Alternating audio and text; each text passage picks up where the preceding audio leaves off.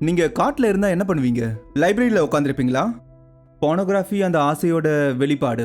நிலம் எவ்வளவு இருக்கு, மிருகங்கள் எத்தனை இருக்கு, மற்றும் பெண்கள் எத்தனை பேர்? ஒவ்வொருத்தரும் முட்டாள்தனமான காரணங்கள் சொல்றாங்க. வாழ்க்கை சக்தி வீணாகுது அப்படின்னு. விந்து குறைஞ்சா ஆண்மை குறையுங்கிறாங்க. நீங்க பாத்தீங்கன்னா இங்க இருக்கிற ஒவ்வொருத்தரும் ஞானிகளா இருக்காங்க.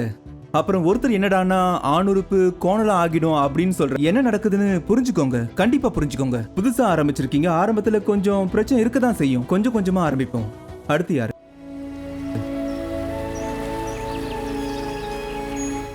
ஆச்சாரிஜி வணக்கம்.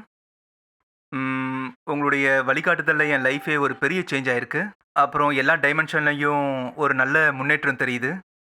படிப்புலையும் சரி, சமூக வாழ்க்கையிலையும் சரி. நாங்க உங்க புக்கெல்லாம் படிச்சோம். குறிப்பா "is she just food to யூ"ங்கிற ஒரு புத்தகத்த. அது வேக்னிசத்தை பத்தி பேசுது. உங்க வீடியோஸ் எல்லாத்தையும் நான் பார்த்துட்டு இருக்கேன். நானும் என்னோட ஃப்ரெண்ட்ஸும் உங்க புக்க படிச்சு படிச்சு நாங்க வேகனா மாறிட்டோம். அண்ட் நெறைய வாட்டி என் ஃப்ரெண்ட்ஸ்லாம் என்கிட்ட ஒரு நெறைய கேள்விகள்லாம் கேட்பாங்க. அது என்னன்னா, "ஏன் நீ வேகனா மாறின?" அப்படின்னு. உங்க புக்ஸ படிக்கும்போது எங்களுக்கு சில டிஸ்ட்ராக்ஷன்ஸ் இருந்துச்சு. அதாவது எப்படி சொல்றதுன்னா, போனோகிராஃபிய பத்தி எங்களுக்கு சில யோசனைகள் வந்துச்சு. போனோகிராஃபின்ற ஒரு விஷயம் இப்போ எங்க பார்த்தாலுமே பரவிருக்கு. ஸோ ஸ்டூடண்ட்ஸ் எப்படி இத பத்தி இதெல்லாம் நமக்கு கடந்து வர முடியும்? அது இயற்கையோட ஆழ்ந்த ஊந்துதல் இல்லையா? உன் உடம்ப பத்திரமா வச்சுக்கோ. அதே சமயம் உனக்கு பின்னாடி நிறைய உயிர்களை உருவாக்கணும். இப்போ உன் உடம்ப சுத்த சைவமா இருந்தா கூட பாதுகாக்க முடியும். அதனால இயற்கை அதுல பெருசா ஆட்சேபனை தெரிவிக்காது. ரொம்ப எதிர்க்காது. யாராவது பால், இறைச்சி எல்லாம் விட்டுட்டா, இயற்கை அதுல ஒன்றும் சொல்றதுக்கு இல்ல. ஒருவேளை ஆரம்பத்துல 2, 3 நாளைக்கு அப்புறம், ஐயோ பால் கிடைச்சா நல்லா இருக்குமேன்னு தோணலாம். ஆனா கொஞ்ச நாள்லயே உடம்பு லேசா இருக்கிற மாதிரி ஃபீல் ஆகும். இயற்கை அதுல பெருசாலாம் ஒன்றும் தலையிடாது. ஏன்னா அது என்ன சொல்லுதுன்னா, உடம்பு ஒட்டிக்கிட்டே இருன்னு. உடம்பு நல்லா தான் ஓடுது. முன்ன இறைச்சியோட ஓடுச்சு. இப்போ இறைச்சி இல்லாம ஓடுது. அப்ப சரிதான். ஆனா இயற்கையோட இன்னொரு முக்கியமான விஷயம் இருக்கு. அது என்ன சொல்ல வருதுன்னா, அது என்னன்னா உன் உடம்ப மட்டும் நீ பாதுகாக்க கூடாது. உனக்கு பின்னாடி இருக்கிற 5, 10 உயிர்களையாவது நீ உருவாக்கணும்னு சொல்லுது. சோ எப்ப அந்த 2வது விஷயம் நடக்கலையோ, அப்ப இயற்கை உன்னோட தொந்தரவு பண்ணும். அந்த தொந்தரவு தான் நீங்க டிஸ்ட்ராக்ஷன்னு சொல்றீங்க. ம்? அது டிஸ்ட்ராக்ஷன் இல்ல. அதுதான் சரியான பாதை. இயற்கையோட பாதை அதுதான். நீங்க காட்டுல இருந்தா என்ன பண்ணுவீங்க? லைப்ரரியில உட்காந்துருப்பீங்களா? இல்ல நாள் பூரா இங்கேயும் அங்கேயும் சுத்திக்கிட்டு இருப்பீங்க. அதாவது காட்டுல இருந்தா என்ன பண்ணுவீங்க? இங்கேயும் அங்கேயும் சுத்துவீங்க. ஏதாவது மரத்துல ஏறுவீங்க. சாப்பாடு கிடைச்சா சாப்பிடுவீங்க. அப்புறம் யாராவது கிடைச்சா மேட் பண்ணுவீங்க. அதுக்கப்புறம் யார் கூடயாவது சண்டை போடுவீங்க. அப்புறம் சாப்பிடுறதுக்காக போவீங்க. சில நேரத்துல கிடைக்கும், கிடைக்காமலும் போகலாம். நிறைய கூட கிடைக்கலாம். சில நாள் நிறைய உணவுகள் கிடைக்கும். அப்புறம் எப்போ சாப்பாடு நல்லா இருக்கும்னு தோணுதோ, அப்புறம் உடம்பு நல்லா இருக்கும். அப்புறம் செக்ஸ் வச்சுக்க தோணும். இதுதான் காட்டுல இருக்கிற எந்த ஒரு மிருகத்தோட வாழ்க்கையாவும் இருக்கும்ல. அதே மாதிரி தான் மனுஷனோட வாழ்க்கையும் இருந்துச்சு. இந்த மாதிரி தானே மனுஷனும் ஒரு காலத்துல இருந்திருக்கான். இதைத்தான் இயற்கை உங்ககிட்ட இருந்து எதிர்பார்க்குது. ம்? அதனால தான் அந்த ஆசையெல்லாம் உங்களுக்குள்ள உள்ளுக்குள்ள இருக்கு. போனோகிராஃபி அந்த ஆசையோட ஒரு வெளிப்பாடு. ம்? மேல நம்மளோட கலாச்சாரம் மாறிடுச்சு. ஆனா உள்ளுக்குள்ள நாம இன்னும் காட்டுல தான் இருக்குமே. ஏன்னா நீங்க இந்த விஷயத்த ஒரு வளர்ச்சி பாதையில பார்த்தீங்கன்னா, எவல்யூஷனரி டைம் ஸ்கேல்ல பார்த்தீங்கன்னா, நாம நேத்து முந்தா நாள் வரைக்கும் காட்டுல தான் வாழ்ந்து வந்தோம். மனுஷன் விவசாயம் செய்ய ஆரம்பிச்சது வெறும் 10,000 வருஷத்துக்கு முன்னாடி தான். மனுஷன் ஒழுங்கான சிந்தனை செய்ய ஆரம்பிச்சது பார்த்தீங்கன்னா, வெறும் 5, 6 வருஷத்துக்கு முன்னாடி தான். நமக்கு இது ரொம்ப புதுசு. நாகரிகத்துல, சமூகத்துல ரொம்ப புதுசு. ஆனா காட்டுல நாம லட்சக்கணக்கான வருஷமா இருக்கோம். புரியுதா? காட்டுல நாம லட்சக்கணக்கான வருஷமா இருந்தோம். காட்டுல இருந்து வெளியே வந்தது இப்பதான் நேத்து முதல் நாள். அப்ப நம்ம உடம்புல இருக்கிற பழக்க வழக்கம் எல்லாம் எங்க இருந்து வந்துச்சு? காட்டுல தான். காடு நம்ம எல்லாரையும் 2 வருஷத்துக்கு நல்லா தயார் பண்ணுச்சு. அப்புறம் ஒண்ணு உன் உடம்ப பத்திரமா வச்சுக்கோ. அப்புறம் இன்னொன்னு, ஆபத்து உன்னை சுத்தி சுத்தி இருக்கு. உன் உடம்பு எப்ப வேணாலும் போயிடும். அதுக்கு முன்னாடி நிறைய பிள்ளைகளை பெத்து போடு. அதுவும் எவ்வளவு பொம்பளைங்க கூட முடியுமோ அவ்வளவு பொம்பளைங்க கூட. ஏன்னா எந்த பெண் எப்படிப்பட்ட பிள்ளையை பெத்து கொடுப்பான்னு யாருக்குமே தெரியாது. அதனால உன் ரிஸ்க் டைவர்ஷிப்பை பண்ண ஆரம்பி. ஸ்டாக் மார்க்கெட்ல இருக்கிற மாதிரி கொஞ்சம் பணத்தை இதுல போடுவ, கொஞ்சம் பணத்தை அதுல போடுவ. எல்லாத்தையும் ஒரே ஷேர்ல போட மாட்டல்ல. Diversified portfolio வச்சிருப்பல்ல. அதே மாதிரி தான் இயற்கை உன்னோட அந்த விந்தணுவும் அதுவும் ஒரு டைவர்சிஃபைடா இருக்கணும்னு விரும்புது. கொஞ்சம் அவளுக்கு கொடு, கொஞ்சம் இவளுக்கு கொடு, கொஞ்சம் அவளுக்கு கொடு. யாருக்கும் தெரியாது எங்க நல்ல ரிட்டர்ன்ஸ் வரும்னு. சோ இது எல்லாமே ஒரு பழைய விஷயமா நடந்துகிட்டே இருக்கு. ம் அது உடம்புல உட்கார்ந்து இருக்கிறதால அது மாத்த கொஞ்ச நேரம் கண்டிப்பா ஆகும். நீ பத்திரமா இருன்னு சொல்றதுக்கு கூட காரணம் இருக்கு. அதுதான் நம்ம இன்னைக்கு பார்க்குற பல விதமான வியாதிகள். நம்ம காட்டு இருந்தப்போ உனக்கு எங்க சாப்பிட்றதுக்கு சாப்பாடு கிடைக்குதோ அப்பப்போ சாப்பிட வேண்டியது ரொம்ப அவசியம். ஏன்னா அடுத்த வேளை சாப்பாடு கிடைக்குமான்னு தெரியாது. விவசாயம் அப்ப இல்ல. அதனால உணவுப் பொருள் மேல எந்த கட்டுப்பாடும் இல்ல. எப்பவாவது சாப்பாடு கிடைக்கும். சில நேரங்கள்ல சாப்பாடு கிடைக்காம கூட போகலாம்ல. அதனால சாப்பாடு கிடைக்குதோ இல்ல கிடைக்காம போகுதோ, அப்போ சாப்பாடு கிடைச்சா என்ன பண்ணணும்? நல்லா வயிறு நிறைய சாப்பிடணும். அதோட விளைவுதான் இன்னைக்கு நம்ம பார்க்குறோம். நிறைய பேர் குண்டா இருக்காங்க. சர்க்கரை வியாதி வருது. ம் ரத்த அழுத்தம் அதிகமாகுது. நாம இன்னைக்கு நமக்கு இருக்கிற எல்லா வகையான ஆபத்தான வியாதிகள் எல்லாமே அது பாக்டீரியாவாலேயோ இல்ல வைரஸாலேயோ இல்ல. அது நம்மளோட வாழ்க்கை முறையில வருது. வாழ்க்கை முறைன்னு நாம சொல்றது எல்லாமே அது ஒண்ணுமே இல்ல. நாம எல்லாரும் நகரத்திலையும் மெட்ரோ நகரத்திலையும் வாழ ஆரம்பிச்சிட்டோம். ஆனா நம்ம உடம்புக்குள்ள இருக்கிற பழக்க வழக்கம் எல்லாமே இன்னும் காட்டுல தான் இருக்கு. அதனால தான் எல்லாரும் சர்க்கரை பின்னாடி போறாங்க. நமக்கு தெரியும் சர்க்கரை எவ்வளவு பெரிய வியாதின்னு. ஆனா சர்க்கரை ஏன் உனக்கு வேணும்? ஏன்னா அது அவசர காலத்துல கண்டிப்பா உங்களுக்கு உதவும். நீங்க சர்க்கரையை சாப்பிடுறீங்களோ இல்லையோ, நீங்க சாப்பிட்ற வேற ஒரு உணவும் சர்க்கரையா போய் மாறும். உடம்புக்குள்ள சர்க்கரை அவ்வளவு முக்கியம்னு சொல்லலாம். அதனால தான் நம்ம உடம்பு அதை தானாவே உருவாக்கி கொள்ளுது. இப்போ சர்க்கரை கிடைக்க ஆரம்பிச்சதும் நம்மளுடைய பழைய பழக்கம் என்ன சொல்லுதுன்னா, இந்த மாதிரி சர்க்கரை எப்போ கிடைக்க ஆரம்பிச்சதோ, முன்னாடிலாம் ஒரு விஷயம் சொல்லுவாங்களே, எவ்வளவு சர்க்கரை முடியுமோ அவ்வளவு சர்க்கரை சாப்பிடு, எவ்வளவு சர்க்கரை முடியுமோ அவ்வளவு சர்க்கரை நம்ம உடம்புக்குள்ள சாப்பிட்டுட்டே இருக்கும். முன்னாடிலாம் சர்க்கரை எடுக்கிறது ஒன்றும் அவ்வளவு ஈஸியான ஒரு விஷயம் இல்லை. கடந்த 100 வருஷத்துல கரும்போட உற்பத்தி பயங்கரமா அதிகமாயிடுச்சு. அதனால தான் கடந்த 100 வருஷத்துல சர்க்கரையால வர வாழ்க்கை முறை வியாதிகள் அது ரொம்பவே அதிகமாயிடுச்சு. அதிகமா சர்க்கரை சாப்பிட்றதும் அதிகமா போனோகிராஃபி பார்க்கறதும் அது ரெண்டுமே ஒரே இடத்துல இருந்து தான் வருது. எங்கிருந்து வருது? காட்டுல இருந்து. நம்மளோட காட்டு வாழ்க்கை தான் நம்மளை இன்னும் கட்டாயப்படுத்துது. நெய், சர்க்கரை, அப்புறம் கார்போஹைட்ரேட் எல்லாமே எடுத்துக்க தூண்டுது. கொழுப்பு, சர்க்கரை, காப்ஸ் அதை பார்த்தாலே நமக்கு சாப்பிடணும்னு தோணுது. நாக்கில் அப்படியே எச்சி ஊறுது. அது ஏன் ஊறுது? ஏன்னா நம்ம உடம்புக்குள்ள இருக்கிற பழக்கம் அது கொஞ்சம் கொஞ்சமா மாறிக்கிட்டே இருக்கு. ஆனா அது மாற இன்னும் கொஞ்சம் வருஷம் ஆகும். நம்மளோட பழைய பழக்கம் என்னன்னா, உங்களுக்கு தெரியுமே இந்தியா சுதந்திரம் அடைஞ்சப்ப இந்தியர்களோட சராசரி வயசு எவ்வளவு இருந்துச்சுன்னு? 25 வருஷம். டக்குன்னு செத்து போயிடுவோம். அப்புறம் இந்தியா சுதந்திரம் அடைஞ்சப்ப அமெரிக்காவிலையும் யூரோப்லையும் நல்ல வளர்ச்சி வந்துச்சு. ஆனா அமெரிக்கா யூரோப்லையும் ஒரு 300-400 வருஷம் பின்னாடி போனா 15-16வது நூற்றாண்டுல ஸோ அங்கேயும் மனிதர்களோட சராசரி வயசு குறைவா இருந்துச்சு. மனுஷன் ரொம்ப சீக்கிரமாவே செத்து போயிட்டான். அப்புறம் காட்டுல உங்க சராசரி வயசு ரொம்ப குறைவா இருக்கிறது மட்டும் இல்ல, சைல்டு மார்டாலிட்டி ரேட்டும் அதிகமா இருந்துச்சு. அது ரொம்ப அதிகமாயிடுச்சு. அப்போ காட்டுல ஒரு குழந்தை பிறந்தா அது எத்தனை நாள் உயிரோட இருக்கும்? எப்படி சாப்பாடு கிடைக்கும்? எப்படி இருக்கும்? சரியான சாப்பாடு இல்ல, நல்ல மருந்து இல்ல, சரியான சூழ்நிலையும் இல்ல, சரியா குடிக்க தண்ணியும் கிடைக்காது. அம்மாவுக்கே எதுவுமே தெரியாது. சாப்பிட்றதுக்கு ஏதாவது கிடைக்குமான்னு இங்கேயும் அங்கேயும் ஓடிக்கிட்டே இருப்பா. காட்டுல சில மிருகங்கள் தாக்கும், சில நேரத்துல எது வேணா நடக்கும். அப்ப எப்படி உயிரோட இருக்கும்? அதனால காட்டுல ஒவ்வொரு பொண்ணும் தொடர்ந்து கர்ப்பமா இருக்கணும்னா குறைஞ்சது 10-15 குழந்தைகளை பெத்துக்கணும். அந்த 10-15 குழந்தைகளை பெத்தாதான் அதுல 1-2வது உயிரோட இருக்கும்னு சொல்லலாம்.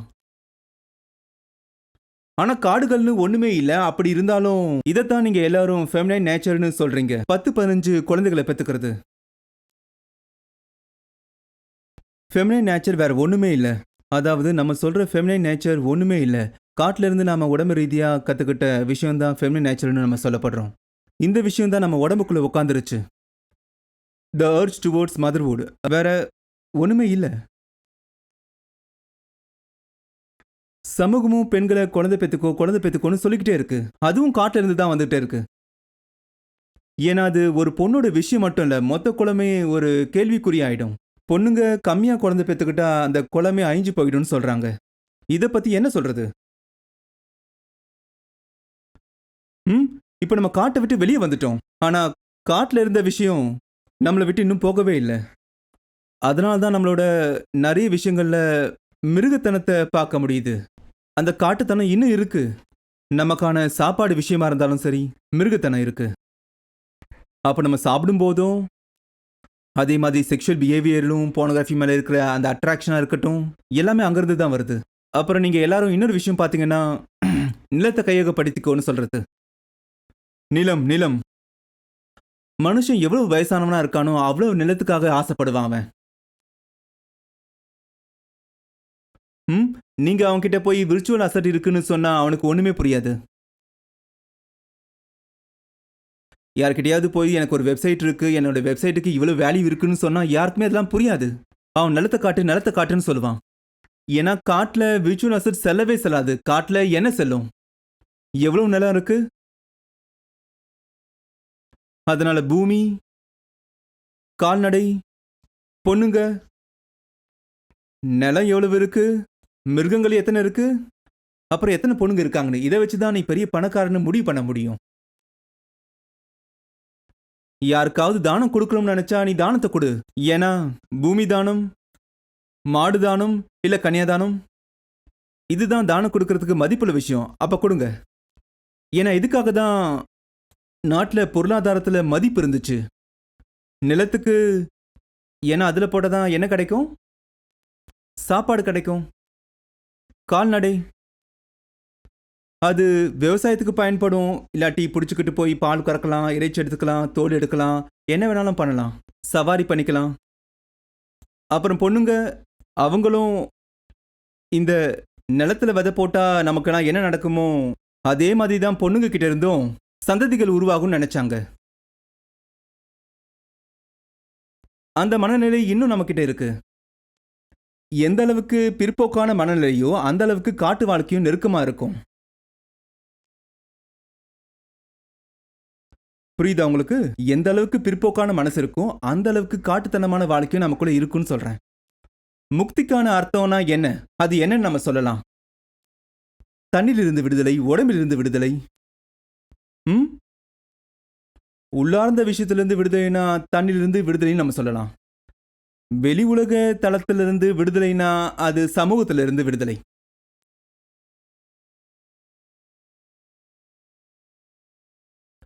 அடுத்த வாட்டி இதெல்லாம் கண்ணில் பட்டா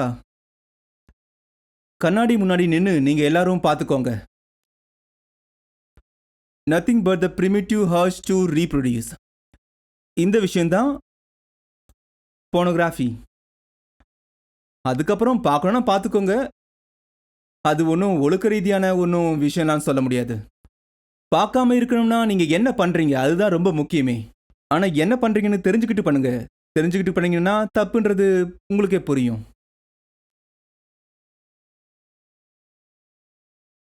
புரியுதா உங்களுக்கு?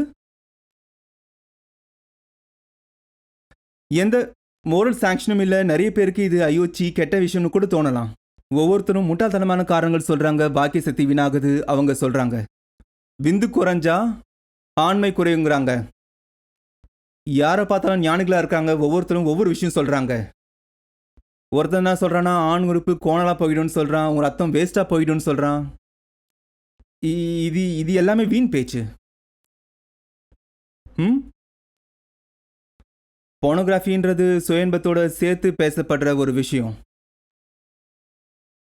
அது நல்லதா கெட்டதாங்கிறது ஒழுக்க ரீதியா முடிவு பண்ண முடியவே முடியாது. அந்த ஆசை எங்கிருந்து வருதுன்னு, அது காட்டு வாழ்க்கையில இருந்து வந்ததுன்னு தெரிஞ்சுக்கிட்டாலே நமக்குள்ள ஒரு மாற்றம் கண்டிப்பா உருவாகும். இந்த விஷயம் எல்லாமே நமக்கு காட்டுக்குள்ள இருந்து தான் வருதுன்னு நம்ம புரிஞ்சுக்கிட்டோம்னா, அதுல ஒரு சில கட்டுப்பாடுகளை நம்ம வச்சோம்னா,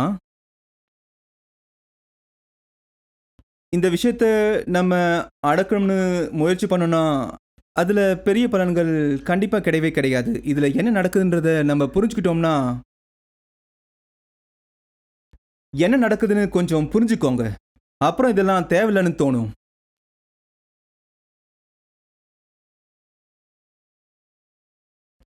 இத புரிஞ்சுக்கிட்டா என்ன நடக்கும் சொல்லுங்க?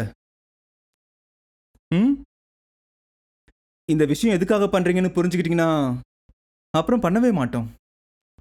அதுக்கப்புறம் நம்ம நடத்தை அதுவாவே கண்டிப்பா மாறியே தீரும்னு சொல்லலாம். இதால என்ன நடக்கும்னு புரிஞ்சுக்கிட்டாலே இந்த விஷயமே தோணவே தோணாது. இது எல்லாருக்குமே பொருந்தும். என்னோட வேலை என்ன? ஒழுக்கமா இருக்கணும். அத கடைபிடிச்சாலே நம்ம நல்லா இருப்போம். ஆச்சாரியாஜி, ஒரு சின்ன கேள்வி ஒண்ணு இருக்கு. என்னோட நண்பர்கள் என்கிட்ட கேட்பாங்க. அப்போ நான் அவங்ககிட்ட சொல்லுவேன், இந்த மாதிரி எண்ணங்கள் வரும்போது, அந்த எண்ணங்கள கவனிங்க. பாருங்க, நீங்க அது நெருங்க நெருங்க உங்கள விட்டு விலகி போகும். ஆனா அவங்க என்ன சொல்றாங்கன்னா, நாங்க அந்த எண்ணங்கள ஒண்ணும் உன்னிப்பாக பார்க்குறப்போ, நாங்க அதுல ஒண்ணும் மூழ்கி போறோம்னு சொல்றாங்க. அப்புறம் இதிலிருந்து எப்படி வெளிய வரதுன்னும் கேட்கறாங்க. நடக்கட்டும், நடக்கட்டும். புதுசா ஆரம்பிச்சிருக்கீங்க. ஆரம்பத்துல கொஞ்சம் பிரச்சனைகள் கண்டிப்பா இருக்கும். எனக்கும் அப்படிதான் இருந்துச்சு. ம்? இது ரொம்ப பழைய விஷயம். 10 வருஷத்துக்கு மேல கூட கண்டிப்பா இருக்கும். அப்ப எங்க அமைப்புல ஞாயிற்றுக்கிழமை லீவு விடுவாங்க. இப்போ 30 நாளா வேலை செய்றோம். லீவுங்கிற பேருக்கே அர்த்தமே இல்லாம போச்சு நம்ம. அப்போ சில நேரம் ஞாயிற்றுக்கிழமை வேலையே இருக்காது. செய்ய மாட்டாங்க. அதாவது நான் வேலை செய்வேன், மத்தவங்க வேலை செய்வாங்க. நான் என்னோட வேலைய பார்த்துக்கிட்டு இருப்பேன். எங்க கிட்ட 2 பெண்கள் இருந்தாங்க. அவங்களுக்கு லீவ் குடுத்துட்டீங்க. ஆனா லீவ்ல என்ன பண்ணணும்னு சொல்லவே இல்லையே. நாங்க லீவு குடுத்தோம். நீங்க லீவ்ல என்ன பண்ணீங்கன்னு சொல்லவே இல்லல்ல. 6 நாள் என்ன பண்ணணும், என்ன பண்ணக்கூடாதுன்னு நீங்க தானே எல்லாத்தையுமே சொல்லுவீங்க. இப்போ ஞாயிற்றுக்கிழமை போர் அடிக்குது. என்ன பண்றதுன்னே தெரியல, கடுப்பா இருக்குதுன்னு சொல்றீங்க. வாழ்க்கையில கரெக்ட்டா இருக்கணும்னு சரியான நோக்கத்தோட வேலை செய்ய சொல்லிக் குடுத்தோம்னு சொன்னாங்க. ஞாயிற்றுக்கிழமை லைஃப்ல இருந்து வெளிய வரணும்னு சொன்னாங்க. ஞாயிற்றுக்கிழமை ஏதாவது வேலை சொல்லுங்கன்னு சொன்னாங்க. ரொம்ப வித்தியாசமா இருந்துச்சு. வேலை குடுங்கன்னு சொன்னாங்க. நான் வேலை குடுக்க மாட்டேன்னு சொன்னேன். அப்புறம் கொஞ்ச நேரம் பொழுதுபோக்கான வேலை கொடுத்தேன். இன்னும் நெறைய வேலைகள நான் குடுத்தேன் அவங்க கிட்ட. கொஞ்சம் பொழுதுபோக்கான வேலைய குடுத்தேன். போங்க மால் போங்க. அங்க போய் 2, 3 மணி நேரம் அப்சர்வேஷன் பண்ணுங்க. அங்க என்ன மாதிரியான மனநிலை இருக்குன்னு, அங்க இருக்க மக்களோட நடவடிக்கைய அப்சர்வ் பண்ண சொன்னேன். அங்க இருக்கிற எல்லாத்தையும் நல்லா பார்த்துட்டு வாங்க. அங்க இருக்கிறவங்களோட நடத்தை, சாப்பாடு விஷயத்துல, கடை வாங்குறதுல எல்லாத்தையும் பார்த்துட்டு வாங்கன்னு சொன்னேன். மத்தியானம் போனாங்க, போயிட்டாங்க. சாயந்தரம் ஒரு 7 மணிக்கு அவங்க வந்தாங்க. 3 பை நிறைய சாமானோட அ அ இந்த பக்கம் 1, அந்த பக்கம் 1ன்னு அவங்க கையில 2 பேக்க மாட்டிக்கிட்டு வந்தாங்க. நாங்க இது எல்லாத்தையுமே அங்க வாங்கணும்னு சொன்னாங்க. நான் கேட்டேன், "என்ன பண்ணீங்க?" "நான் உங்கள அங்க போய் என்ன பண்ண சொன்னேன்? அப்சர்வ் தானே பண்ண சொன்னேன். நீங்க என்ன பண்ணி வந்திருக்கீங்க?" "ஷாப்பிங்." "அப்போ ஷாப்பிங் பண்ணீங்கன்னா, அப்போ என்ன அப்சர்வேஷன் நீங்க பண்ணீங்க?" "எல்லாரும் ஷாப்பிங் பண்ணிட்டு இருந்தாங்க. நாங்களும் பண்ண போயிட்டோம்." இதான் நடக்கும். நம்ம நல்லா உற்று நோக்கும்போது, பார்க்க போனீங்க, அனுபவிக்க போகல. இல்லனா பார்க்குற விஷயம் ஈஸியா அனுபவிக்கிற விஷயமா மாறி போயிடும். உங்கள நீங்களே ரொம்ப கட்டுப்பாடா வச்சுக்கணும். இங்க பாருங்க, என்ன பண்றீங்க? பார்க்குற விஷயம் ஈஸியா அனுபவிக்கிற விஷயமா ஆயிடும். ஆரம்பத்துல இப்படிதான் இருக்கும். பார்ப்போம். 1, 2 தடவை இப்படிதான் ஆகும். அப்புறம் நீங்க இத பார்த்தீங்கன்னா, இதே மாதிரி தப்பு நடக்க வாய்ப்பு இருக்குன்னு வாய்ப்பு கம்மியாகும்.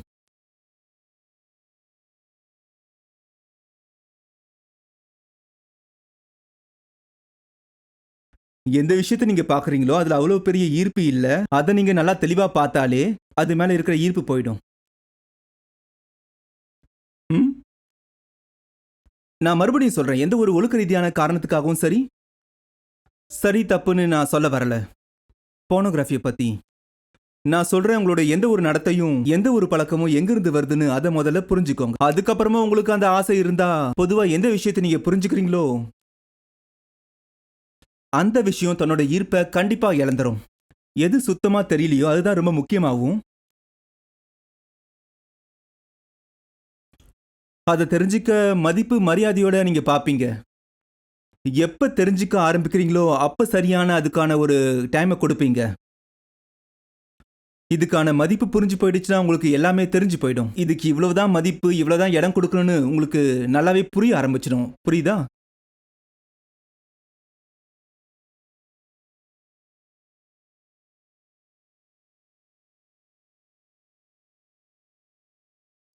வாழ்க்கையில சரியான விஷயங்களை எடுத்துட்டு வாங்க தம்பி. ம்? இதை பத்தி பேச நேரம் இருக்காது, ஆனா சாதாரணமா தோணும். அதுக்கப்புறம் நீங்க யோசிப்பீங்க, ஆச்சரியாஜி கிட்ட என்ன கேட்கலாம், இது கேட்கலாமா அதை கேட்கலாமான்னு. ஆச்சரியாஜி, என்னோட சாக்ஸ் காணாம போச்சு. இப்ப இருக்கிறது ரொம்ப தனியா ஃபீல் பண்ணுது. அந்த தனிமையான சாக்ஸ் ரொம்ப ஃபீல் பண்ணுதுன்னு என்கிட்டயே கேட்பீங்க. அதோட ஜோடி போயிடுச்சு. இந்த மாதிரி கேள்விலாம் என்கிட்ட கேட்பீங்க. இதுல ஒரு பெரிய கேள்வி என்னன்னா, இந்த போனோகிராஃபி, மாஸ்டர்பேஷன் எல்லாமே இதே மாதிரியான ஒரு கேள்விதான். ம்? இந்த மாதிரியான கேள்விகள் நிறையவே வந்துருச்சு. இதுக்கான பதில் ஆமா இல்ல அப்படிங்கிறது இல்ல. இந்த கேள்விக்கான பதில் வாழ்க்கையை அர்த்தமுள்ளதா மாத்துங்க. அப்ப இந்த கேள்விகள் எல்லாம் பின்னாடி போயிடும். நீங்க அங்க உட்காந்துக்கிட்டு ஒரு சாக்ஸ் போட்டிருக்கீங்களா, 2 சாக்ஸ் போட்டிருக்கீங்களான்றதெல்லாம் இதெல்லாம் ஒரு விஷயமா? இல்லல. அதே மாதிரி தான் பான் பாத்தீங்களா இல்லையாங்கிறதெல்லாம் ஒரு பெரிய விஷயமே இல்லைன்னு நான் சொல்ல வரேன். ஆனா வாழ்க்கை அர்த்தம் இல்லாம போகும்போது தான் உங்களுக்கு எல்லாமே இத பத்தி தெரிய வரும். வாழ்க்கையில சின்ன சின்ன ஆசைகள், சுயநலம், சாதாரண விஷயம் இல்லனா இது எல்லாமே இருக்கும். நம்மளோட வாழ்க்கையில இந்த விஷயங்கள் எல்லாமே ஒரு பெரிய விஷயமா இருக்கும். பெரிய லட்சியம் இல்லனா அப்போ இதெல்லாம் ரொம்பவே பெருசா தோணும்.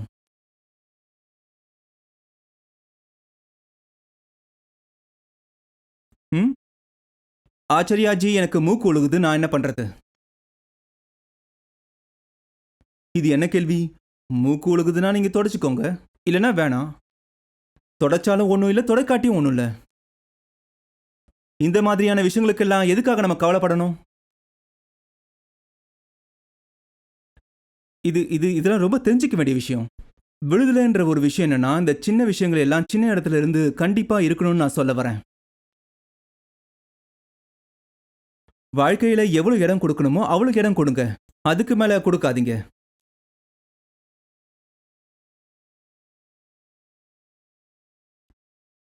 உங்களுக்கு யாராவது ரோல் மாடலா கிடைச்சா அவர்கிட்ட கேப்பீங்களா? நீங்க பான் பாக்குறீங்களா இல்லையான்னு? சொல்லுங்க. 10 பேர் லிஸ்ட் போடுங்க. நீங்க யாரெல்லாம் பெரிய மனுஷன் நினைக்கிறீங்களோ அந்த ரோல் மாடல் கிட்ட நீங்க அவங்கள பாத்தீங்கன்னா நீங்க போய் அவர்கிட்ட கேப்பீங்களா, நீங்க பான் பாக்குறீங்களா இல்லையா அப்படின்னு? இந்த மாதிரி கேள்வி எல்லாம் ஒரு குழந்தைத்தனமான கேள்வி, ஒரு சின்ன கேள்வி. அவங்க வாழ்க்கையில கேட்க வேண்டிய விஷயம் ரொம்ப பெரிய விஷயம், ரொம்ப முக்கியமான விஷயங்கள்லாம் நிறையவே இருக்கு. அந்த விஷயத்தை பத்தி தானே கேட்பீங்க, பானை பத்தி கேட்க மாட்டீங்கல்ல? அதே மாதிரி உங்க வாழ்க்கையை மாத்திக்கோங்க. அப்ப இந்த பிரச்சனை ரொம்ப சின்னதா தெரியும். வாழ்க்கை சின்னதா இருந்தா, வாழ்க்கை சின்னதா இருந்தா சின்ன பிரச்சனைகள் கூட பெருசா தெரியும். நம்ம வாழ்க்கையை பெருசாக்குங்க. அப்ப இந்த பிரச்சனையெல்லாம் ரொம்ப சின்னதா போயிடும். அப்ப நீங்க உங்க ரோல் மாடல் கிட்ட போய் நின்னு நீங்க பான் பாப்பீங்களா இல்லையா அப்படின்னு நீங்க போய் கேட்க முடியுமா சொல்லுங்க? அவங்க பார்த்தாலும் பார்க்கலைனாலும் என்ன கவலை உங்களுக்கு? அதுல அவங்க பெருமை ஏதாவது இருக்கா? நீங்க பார்த்தாலும் சரி, பார்க்கலனாலும் சரி, பார்த்ததே இல்லைனாலும் சரி, இந்த விஷயம் ரொம்ப கீழ்த்தரமானது, ரொம்ப சின்னது. இந்த பிரச்சனையை தாண்டி போகணும்னா வாழ்க்கையை நீங்க நிறைய விஷயங்களை தாண்டி போகணும். அப்போ இந்த விஷயம்லாம் ஒரு பெரிய விஷயமாவே இருக்காது.